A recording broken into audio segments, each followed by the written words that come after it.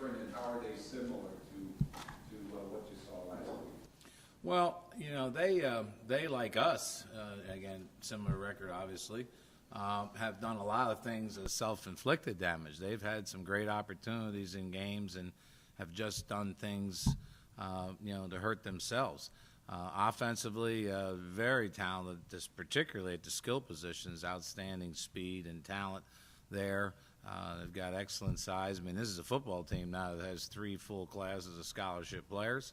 A lot of those young men had played early on, so, they're experienced. They're going to run some of the zone read and some of those things along with, some other things they're doing. And I'm sure they're looking at our inability against several teams running that kind of thing that we've had difficulty. So, we're all kind of copycats to some degree in the coaching profession, and I'm sure they're going to look to duplicate that. As Coach indicated on the phone call, they, like us, are fighting for a winning season. Our seniors know what that's about as freshmen, but have not enjoyed that since.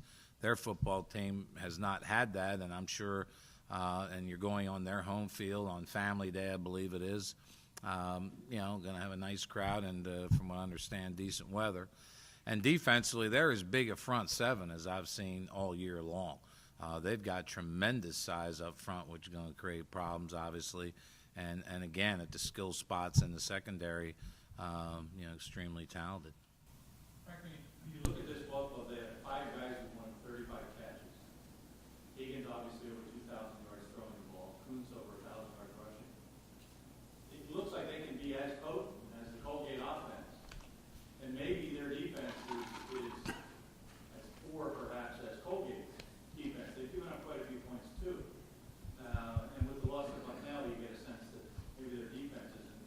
Could we be looking at another, certainly not a 100-point game, but another game of plenty of points on the board? Well, certainly one, could, think that, and that could happen. I think both teams kind of feel that their backs are against the wall. Both of us are just, playing for pride and a winning season. Certainly anything is possible, and, we're not concerned about that. Probably my biggest concern, and I did mention that to the team on Sunday, is right away, assuming that Bucknell beat them. Bucknell won at home, which is always an advantage, and don't be thinking about that. What I'm thinking about is the game I saw against Cincinnati, where it was a very close ball game for 2 quarters, and it wasn't until probably midway through the 3rd quarter that it got really, lopsided. That's the game. If you want to look at a game and think about this Fordham team, I've reminded our team, look at the Cincinnati film, which we have. Do you have to approach the game differently because they have Patrick Murray? What he does? Does he make a special teams guy who's that good make you think anything different about a game plan or anything at all? Well, the one area we need to certainly be better on, and I was disappointed particularly with our, kick return unit and so on. We certainly got a lot of chances at that and coverage as well.